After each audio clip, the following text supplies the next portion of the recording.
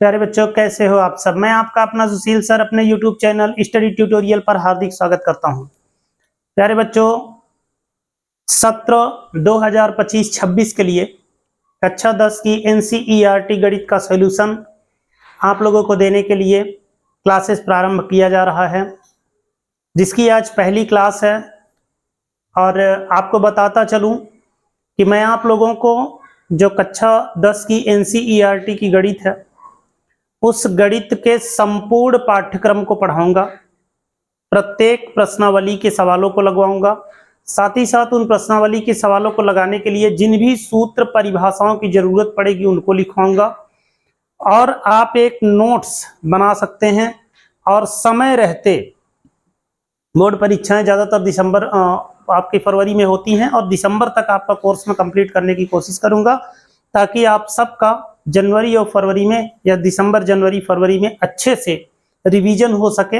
आप लोग अभी फिलहाल कोर्स यहाँ से प्रत्येक चैप्टर को बनाते चलेंगे और आप एक कॉपी बनाएंगे जिसमें आप लोग परिभाषाओं को, सूत्रों को लिखते चलेंगे और साथ ही साथ आपको एक एक सवालों को मैं अध्ययन कराऊंगा। आप घर पे बैठ के इसको देख के प्रैक्टिस कर सकते हैं। तो आइए बिना देर किए शुरू करते हैं आज आपका पहला अध्याय, जिसका नाम है प्रश्नावली 1 वास्तविक संख्या यानी रियल नंबर्स। तो वास्तविक संख्या आप लोगों को पढ़ना है पहले चैप्टर में। और वास्तविक संख्याएं क्या हैं, उसमें हमको क्या पढ़ना है, किन किन परिभाषाओं पर विशेष फोकस करनी है, ताकि हम प्रश्नावली की सवालों को लगा पाएं। उसी के क्रम में सबसे पहले प्रारंभ कर रहा हूं आपकी पहले अपने पाठ वास्तविक संख्याओं से पहले परिचय होता है। तो सबसे पहले शुरुआत करते हैं वास्तविक संख्या से। तो वास्तविक संख्याएं अंग्रेजी होती है रियल नंबर्स। क्या है भैया? तो कह रहा है परिमेय तथा अपरिमेय संख्याओं के सम्मिलित रूप को वास्तविक संख्याएं कहते हैं। आप लोग परिमेय संख्या को भी जानते हैं, जो P/Q के रूप में लिखी जा सके, जहां P और Q क्या हो, पूर्णांक हो, और Q does not equal to 0 हो। क्या कहलाती है? परिमेय संख्या कहलाती है। अपरिमेय संख्याओं को भी बता दिया हूं, जो परिमेय नहीं है वो क्या है, अपरिमेय संख्याएं। जैसे √2, √3, √5 इस तरीके की संख्याएं क्या होती हैं, अपरिमेय होती हैं। अगर आप लोगों के पास अब अभी भी ये अपरिमेय और परिमेय वगैरह संख्याओं को आप नहीं जानते हैं, तो मैंने बेसिक फंडामेंटल मैथमेटिक्स पढ़ाया है और उसमें मैंने संख्या पद्धति के अंतर्गत सभी परिभाषाओं को दिया है। मैं इस वीडियो के डिस्क्रिप्शन में आपको लिंक दे दूंगा, यहाँ से आप लोग पहुंच जाइएगा और देख लीजिएगा। तो आप वास्तविक संख्या क्या है, परिमेय और अपरिमेय संख्याओं का संयुक्त रूप होती हैं। यहाँ देखिएगा, वास्तविक संख्या क्या है, परिमेय और अपरिमेय संख्याओं का संयुक्त रूप है। अपरिमेय संख्याएं क्या है, देखिए 0 भी हो सकती है, एक यानी संपूर्ण धनात्मक संख्याएं, ऋणात्मक संख्याएं, जो भिन्न की संख्याएं होती हैं 1/2, 1/3, माइनस की जो संख्याएं होती हैं, ये सभी क्या हैं, परिमेय संख्याएं हैं। ये सभी प्रकार की संख्याएं आपकी परिमेय संख्या कहलाती है। अपरिमेय संख्याओं की बात कर लें तो अपरिमेय संख्याएं क्या है, पाई आपकी एक अपरिमेय संख्या है, √3, √2 इस तरीके की करड़ी की संख्याएं जो होती है वो अपरिमेय होती हैं। 1.101010 यानी इस तरीके से आवर्ती दशमलव के रूप में जो संख्याएं आती हैं उसमें भी ध्यान दीजिएगा, जो अनावर्ती हो, मीन्स क्रम से ना आए, ऐसी सभी संख्याओं को हम लोग क्या कहते हैं, अपरिमेय संख्याएं कहते हैं। तो इसको आप लोग प्रॉपर अध्ययन कर सकते हैं। हम इनकी क्लासें अलग से बनाए हुए हैं, वहां से आप लोग जाकर इसका प्रॉपर अध्ययन कर सकते हैं। यहाँ चूंकि हमको परिमेय और अपरिमेय की जानकारी करनी थी, हमने कर लिया। वास्तविक संख्या क्या होती है हमने उसके बारे में जान लिया। जो इस चैप्टर में हमको विशेष रूप से जरूरत पड़ेगी वो बच्चों पड़ेगी भाज्य और अभाज्य संख्याओं की। किसकी जरूरत पड़ेगी? भाज्य और अभाज्य संख्याओं की। तो सबसे पहले अभाज्य संख्या की जरूरत पड़ेगी, क्योंकि अभाज्य गुणनखंड करना है इस चैप्टर में। जो 1.1 आएगा उसमें आपको अभाज्य गुणनखंड करना है। तो सबसे पहले हम लोग क्या करेंगे, अभाज्य संख्याओं का अध्ययन करेंगे। तो आइए देखते हैं अभाज्य संख्याएं, अभाज्य संख्याएं, ठीक है। अभाज्य संख्याएं, इसको हम लोग क्या कहते हैं, प्राइम नंबर। प्राइम, इसको अलग से कर लीजिएगा, प्राइम नंबर्स, ठीक है, प्राइम नंबर्स। तो आइए प्राइम नंबर की परिभाषा देखते हैं। जिन संख्याओं के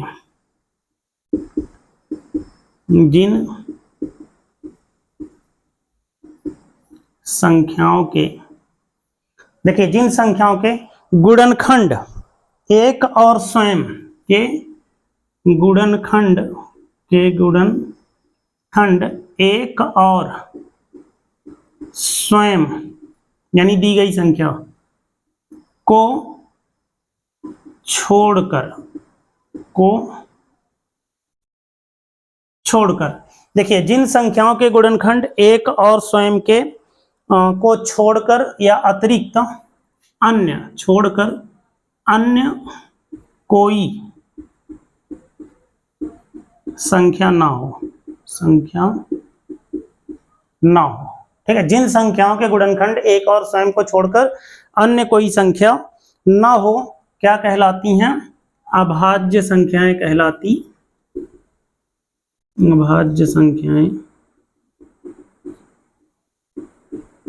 कहलाती हैं। ध्यान दीजिएगा, एक ना तो कोई भाज्य है और ना ही अभाज्य है। एक भाज्य भी नहीं होता, अभाज्य भी नहीं होता। तो शुरू कहां से होगा भैया? अभाज्य संख्याएं 2 से। 2, 3, 5, 7, 11, 13, 17, 19 डॉट डॉट डॉट, इस तरह से संख्याएं होती हैं आपकी। ये क्या है? ये सब आपकी अभाज्य संख्याएं हैं, ठीक है।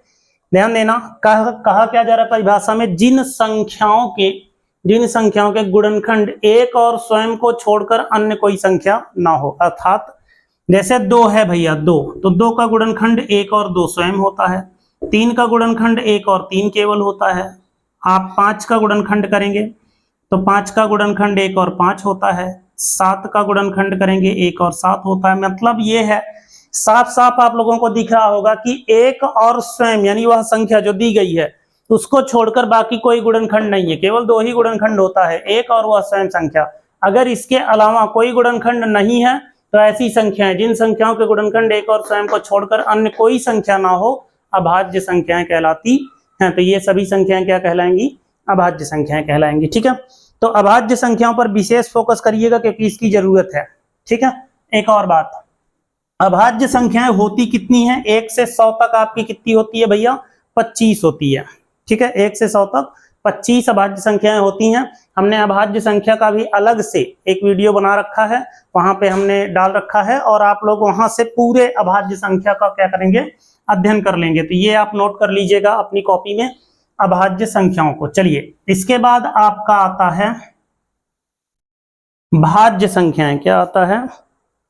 भाज्य संख्याएं। तो यहां से हम पढ़ेंगे भाज्य संख्याएं। तो भाज्य संख्याएं क्या हैं? भाज्य संख्याएं मतलब कौन सा नंबर? Composite numbers. कौन सा नंबर्स? कंपोजिट नंबर, ठीक है। कंपोजिट नंबर, COMPOSITE, ठीक है। Composite numbers. तो कंपोजिट नंबर्स यानी COMPOSITE, कंपोजिट नंबर्स क्या होती है परिभाषा भैया? तो दोनों परिभाषाएं सेम होती हैं। जिन संख्याओं के गुणनखंड एक और स्वयं को छोड़कर अन्य कोई संख्या भी हो, अन्य कोई संख्या भी हो, बस एकमात्र चेंज है, वहां ना हो और यहां हो, तो आपका क्या कहलाएगा? भाज्य संख्याएं कहलाती हैं। समझ गए होंगे? फिर से देख लीजिए, भाज्य संख्याएं मींस कंपोजिट नंबर्स, जिन संख्याओं के गुणनखंड एक और स्वयं को छोड़कर अन्य कोई संख्या भी हो, भाज्य संख्याएं कहलाती हैं। अब देखिएगा, हमने अभाज्य संख्याओं को शुरू किया था 2 से। 2, 3 अभाज्य संख्या थी, तो 4 छोड़ा था, तो इसका मतलब 4 क्या होगी? भाज्य संख्या होगी। 4, 6, 8, 9, 10, 12, 14, ये सब क्या है?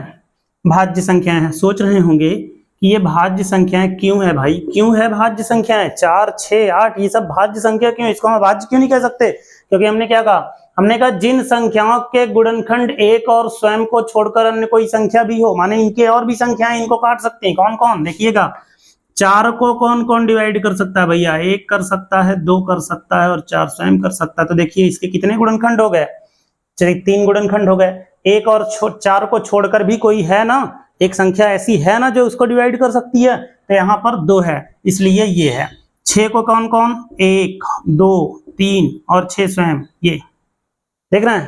तो 1 से भी डिवाइड हो सकता है, 2 से भी, 3 से भी, 6 से भी, 1 से तो हालांकि कोई मतलब ही नहीं है, लेकिन 2 और 3 दो ऐसी संख्या हैं जिनसे ये डिवाइड होता है, इसलिए ये आपका क्या है, भाज्य संख्याएं हैं। ठीक है, तो सबसे छोटी भाज्य संख्या क्या होती है भैया, 4 होती है। ठीक है, और ये भी पूछा जा सकता है सबसे छोटी समभाज्य संख्या कितनी है, 4 है। सबसे छोटी विषम भाज्य संख्या कितनी है, 9 है। तो सबसे छोटी समभाज्य संख्या, समभाज्य संख्या कैसी, सम संख्या, सबसे छोटी, सबसे छोटी। तो सबसे छोटी समभाज्य संख्या और सबसे छोटी कैसी, विषम भाज्य संख्या, विषम भाज्य संख्या। ठीक है, तो सबसे छोटी विषम भाज्य संख्या 9 और सबसे छोटी समभाज्य संख्या 4। बहुविकल्पी भी तैयार करते रहिए, बहुविकल्पी के क्वेश्चनों में पूछा जा सकता है आपसे। ठीक है, तो आइए भाज्य और अभाज्य को हमने देख लिया, हमको इसमें यही पढ़ना है आपका अभाज्य गुणनखंड। तो अभाज्य गुणनखंड से क्या तात्पर्य भैया, कि आपको जो संख्या दी जाएगी उसको आप जब गुणनखंड उसका करेंगे तो ध्यान रखना सिर्फ अभाज्य गुणनखंड ही होना चाहिए, मतलब उसको विभाजित करने वाली जो संख्याएं होनी चाहिए वो अभाज्य संख्याएं ही होनी चाहिए।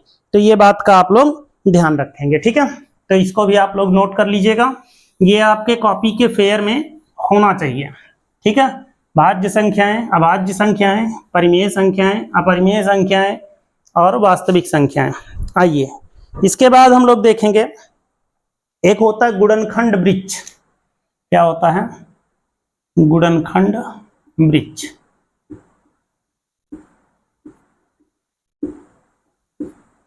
गुणनखंड वृक्ष, ये जिसको हम लोग क्या बोलते हैं, फैक्टर ट्री, फैक्टर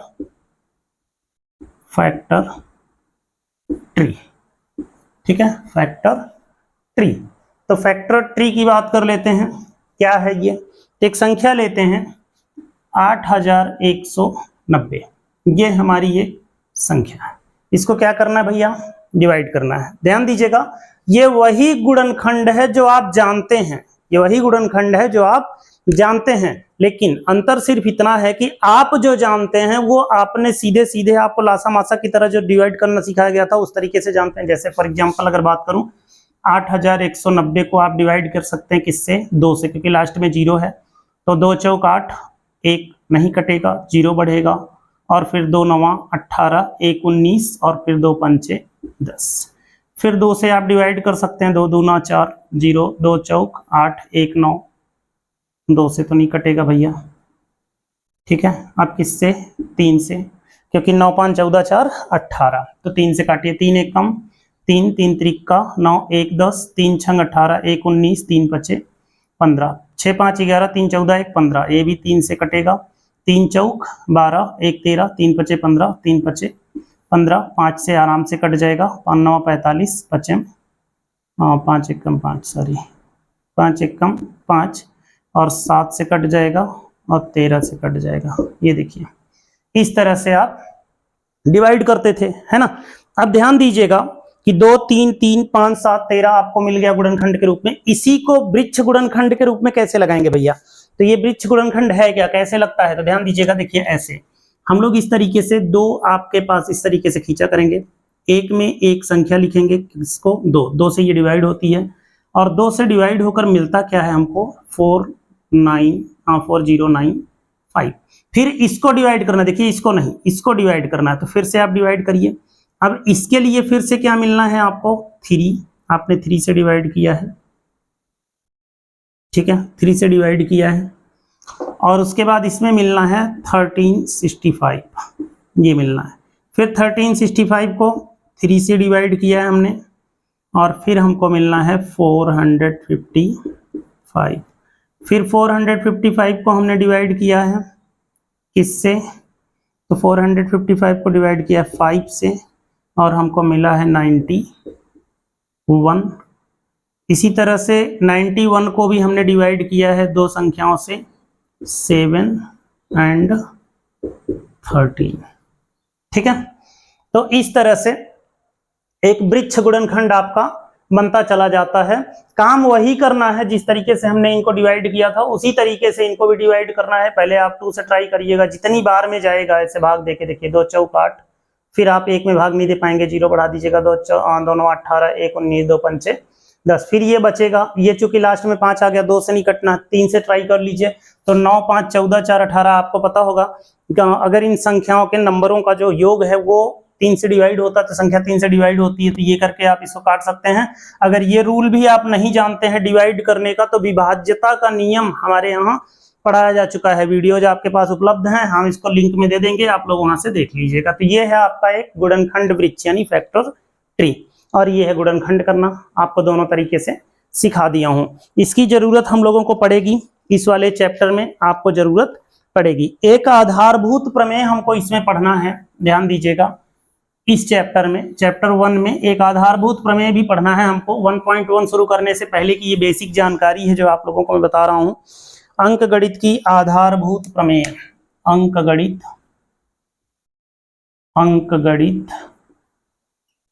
की आधारभूत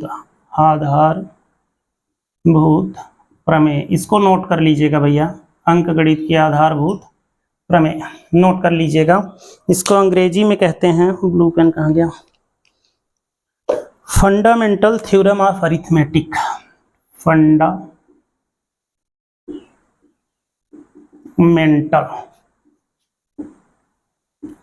theorem of arithmetic,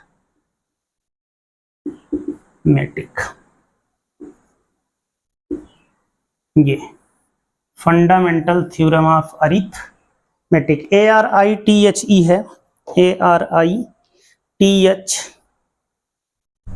arithmetic, TH नहीं होता शायद, TH में TIC, ठीक है। तो अरिथमेटिक ये हो जाएगा।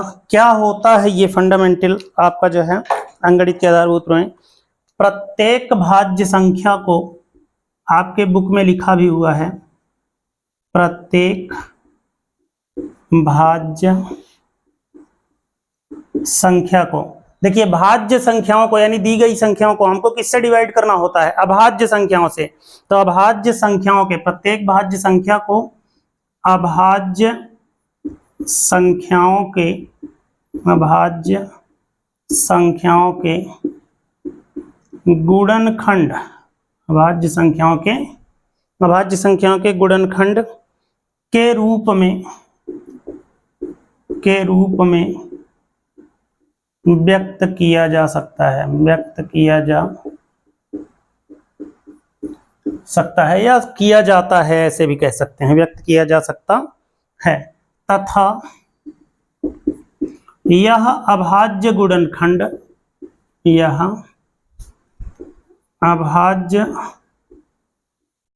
ध्यान दीजिएगा, जो अभाज्य गुणनखंड आपको प्राप्त होगा, यह अभाज्य गुणनखंडों के आने वाले अभाज्य गुणनखंडों के आने वाले क्रम समझते हैं ना, क्रम, ऑर्डर, क्रम के बिना अद्वितीय होता है, के बिना अद्वितीय होता है, यूनिक होता है। अद्वितीय होता है से क्या मतलब है, जरा समझिएगा। एक एग्जांपल आपके लिए लेता हूं, जैसे 28 मैंने लिया, 28 इसका गुणनखंड लिखिएगा। तो 2 दूना 4 सते 28, ये है आपका गुणनखंड। अब ये कह रहा है कि यह अभाज्य गुणनखंड जो है, अभाज्य गुणनखंडन अभाज्य गुणनखंडों के आने वाले क्रम के बिना अद्वितीय होता है। मतलब अगर इसका क्रम बदल दिया जाए तो सिर्फ इसके क्रम को बदल सकते हैं, बाकी ये अद्वितीय होता है।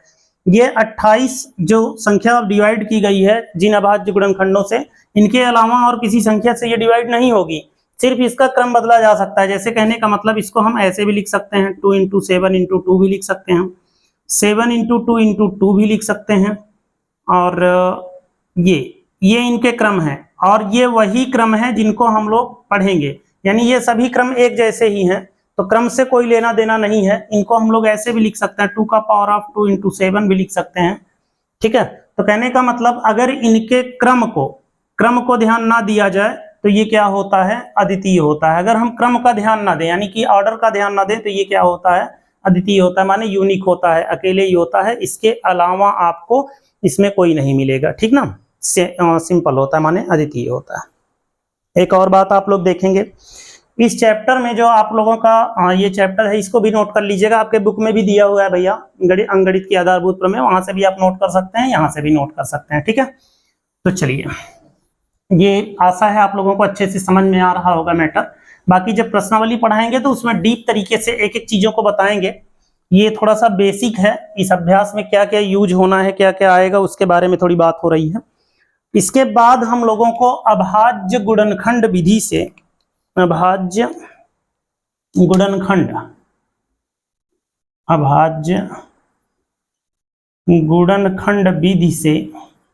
विधि से लासा और मासा पढ़ना है, लासा और मासा पढ़ना है, मतलब एलसीएम और एचसीएफ पढ़ना है, ठीक है।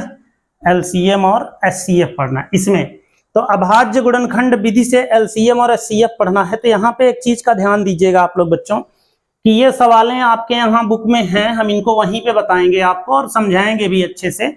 बस आपको एक चीज का ध्यान देना है कि सबसे पहले दी गई संख्या का क्या करना है, अभाज्य गुणनखंड करना है। क्या करना है, अभाज्य गुणनखंड करना है, और फिर उसमें से हम लोगों को लासा और मासा निकालना है। अब ध्यान दीजिएगा एक चीज का, जो लासा होता है लीस्ट कॉमन मल्टीपल या लोवेस्ट कॉमन मल्टीपल होता है, जो मासा होता है हाईएस्ट कॉमन फैक्टर होता है। तो ये अधिकतम और ये न्यूनतम, ठीक है, संख्याएं होती हैं, दी गई संख्याएं होती हैं। अब एक बात समझिएगा, इसकी परिभाषा भी आपको मिलेगी, बशर्ते ये है कि अभी हमको यहाँ पे सिर्फ इतना देखना है कि हम अभाज्य गुणनखंड विधि से लासा मासा निकालते कैसे हैं, ठीक है।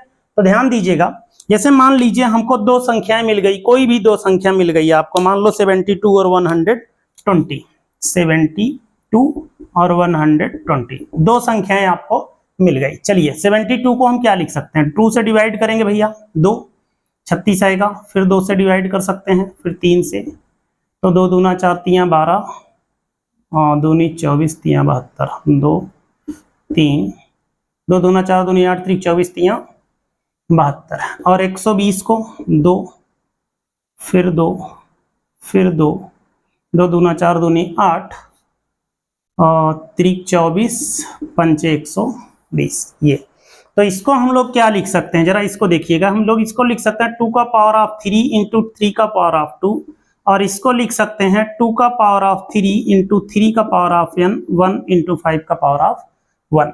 ये है आपका अभाज्य गुणनखंड। जैसे मान लीजिए दो अभाज्य गुणनखंड आपको मिल गए भैया, ये 72 का और 120 का, दोनों का अभाज्य गुणनखंड मिल गया, और हमने इनको क्या कर दिया, गुणनखंड बना लिया, अभाज्य संख्याओं के रूप में इनको डिवाइड कर लिया। तो ये हमको मिल गई।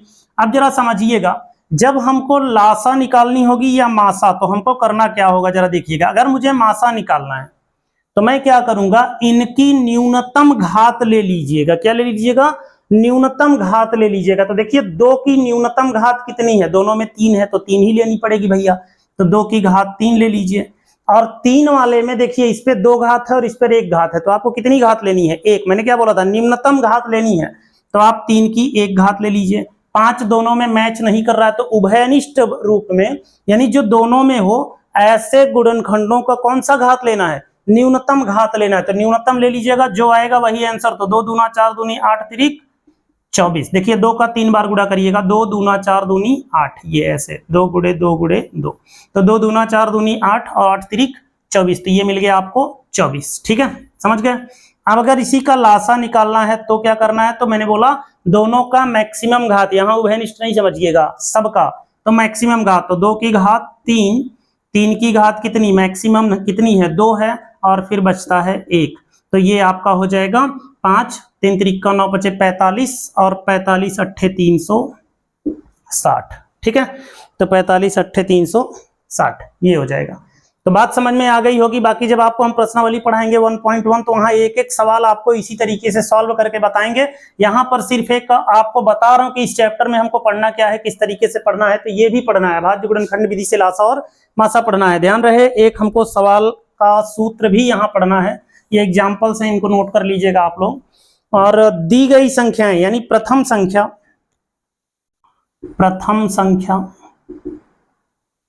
गुणे द्वितीय संख्या बराबर होता है लासा गुणे मासा। ठीक है, तो अगर प्रथम संख्या a है, द्वितीय संख्या b है भैया, एलसीएम को l से और एचसीएफ को मासा को h से रिप्रेजेंट करूं तो ये संख्याओं का गुणनफल जो होता है लासा गुणे मासा के क्या होता है, बराबर होता है। अगर मुझे यहां से दो संख्याओं और लासा या मासा में से कोई एक दिया गया हो तो यहां से मैं एक को निकाल सकता हूं। जैसे a हमको नहीं दिया है तो मैं b को इधर भेज के a को निकाल सकता हूं l गुणे h बटे b करके। अगर मुझे b नहीं पता, b दिया है a नहीं दिया तो b नीचे भेज दीजिएगा। इस तरीके से हम लोग आसानी से इसके सवालों को लगा सकते थे। एक सूत्र ये है, प्रथम संख्या गुणे द्वितीय संख्या बराबर लासा गुणे मासा। माने जो दो दी गई संख्याएं होती हैं उनका गुणनफल बराबर लासा गुणे मासा होता है। ये भी एक आपका सवाल है। ठीक है, तो यही इतना आपको पढ़ना है प्रथम चैप्टर में 1.1 में। और अब आपको 1.1 लेकर आऊंगा, तब तक के लिए आप इंतजार करिए और इसे बेसिक के रूप में आप लोग पढ़ लीजिए। ये आपका एक परिचय है, इसमें कुछ सूत्र हैं और कुछ परिचय हैं, परिभाषाएं हैं, इनको आप लोग पढ़ लीजिए। फिर 1.1 लेकर प्रस्तुत होता हूं। तब तक स्वस्थ रहिए, मस्त रहिए।